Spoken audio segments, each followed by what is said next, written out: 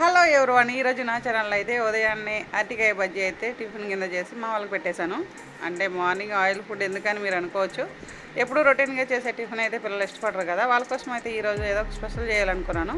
వాళ్ళైతే అరటికాయ బజ్జీ కావాలి అని అడిగారు. వాళ్ళ కోసం అయితే నేను అరటికాయ బజ్జీ చేసి పెట్టాను. నేనైతే అరటికాయ బజ్జీ రెడీ చేయడం కోసం ఒక అరకిలో వరకు శనగపిండి తీసుకున్నాను. అందులో కొద్దిగా పసుపు, దానికి సరిపడగా అయితే సాల్ట్, కొంచెం వంట సోడా కూడా యాడ్ చేశానండి. అందులో 1/2 టీ స్పూన్ కారం కూడా వేసాను. ఇవన్నీ వేసిన తర్వాత మరీ చిక్కగా కాకుండా మరీ పలుచగా కాకుండా అయితే ఈ పిండిని కలిపి పక్కనే ఒక 10 మినిట్స్ వరకు పెట్టి ఆ తర్వాత బజ్జీలు వేస్తే కనుక టేస్ట్ అయితే చాలా బాగుంటుంది. బజ్జీలు కూడా చాలా నీట్గా వస్తాయండి. పిండి అయితే చాలా కలర్ఫుల్గా కనిపిస్తుంది కదా. మేమైతే కారం ఎప్పుడు కూడా ఇంట్లోనే ప్రిపేర్ చేపిస్తాము. అది బయట తీసుకొని కుకింగ్ చేస్తే నాకు అసలు నచ్చదు. కారం ఎందులో వేస్తే కూడా మంచి కలర్ఫుల్గా అయితే కనిపిస్తుంది కదా. వంట సోడా చూడండి నేను ఎంత వేసాను. వంట సోడా అనేది పూర్తిగా ఆప్షనల్ మాత్రమే, అది హెల్త్కి అంత మంచిది కాదు కదా. ఈ బజ్జీలు అనే వాటికి కొద్దిగా వేస్తేనే అవి మంచి నీట్గా పెద్దగా కనిపిస్తాయనే ఆలోచనతో అయితే కొద్దిగా అయితే యాడ్ చేయడం జరిగింది. అది మీకు ఇష్టం ఉంటే వేసుకోవచ్చు, లేదంటే లేదు. ఈ పిండిని ఇలా వాటర్ పోసుకొని కలిపి ఒక 10 మినిట్స్ పక్కన పెట్టి ఆ తర్వాత బజ్జీలు వేస్తే కనుక టేస్ట్ చాలా బాగుంటుంది.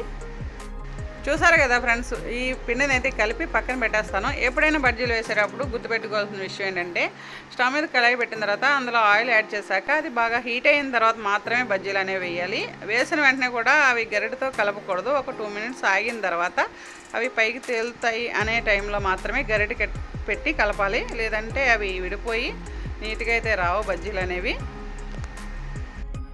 మీ అందరికీ ఒక సీక్రెట్ చెప్పాలండి. ఎప్పుడైనా కానీ ఇంట్లో ఏ టిఫిన్ చేసినా కానీ, నేనైతే టిఫిన్ తిన్నాండో ఈ ముందే చెప్పేస్తున్నాను.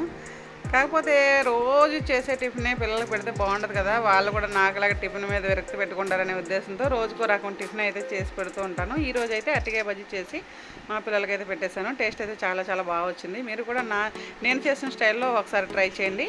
ఈ బజ్జీ ఎలా వచ్చిందో కూడా కామెంట్ రూపంలో తెలియపరచండి. అరటికాయ బజ్జీ అనేది ఇష్టపడిన వాళ్ళు ఎవరు ఉండరు.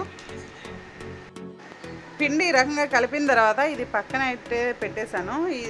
ఈలోపు అరటికాయ అయితే చెక్కేసి ఇలా చిన్న చిన్న పీసుల్లో అయితే కట్ చేసుకోవాలి. మరీ మందంగా ఉంటే కనుక బజ్జీ లోపల అరటికాయ అనేది ఉడకదు, టేస్ట్ బాగుండదు. కాబట్టి ఇలా చిన్న సైజులో బాగా పలుచగా అయితే ఈ కట్ చేసి పక్కన పెట్టి ఇవి బజ్జీల కోసం అయితే ప్రిపేర్ చేస్తున్నాను.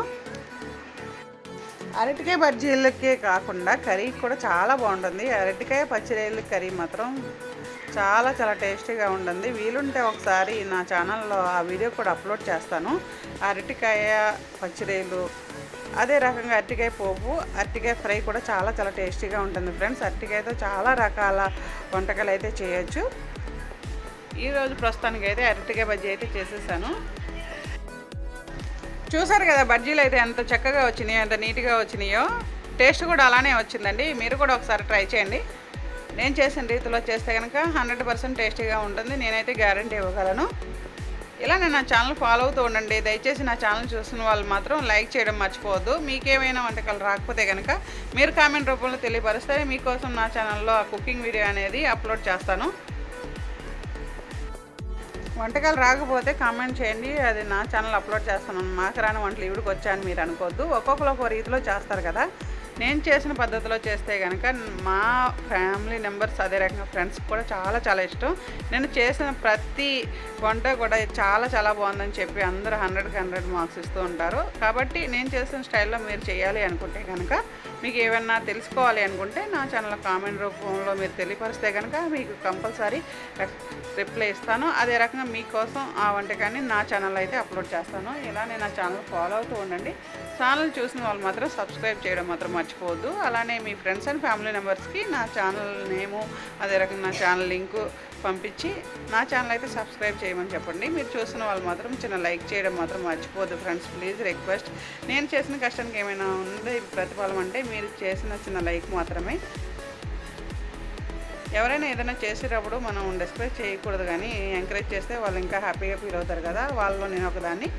మీ నుంచి ఆశించేది ఏమైనా ఉందంటే చిన్న లైక్ మాత్రమే. ఇలాగే మార్నింగ్ టిఫిన్ పిల్లలకు చేసి పెడుతూ ఉండండి. చాలా చాలా ఇష్టంగా తింటారు. ఓకే ఫ్రెండ్స్, ఫైనల్గా అయితే వీడియో క్లోజ్.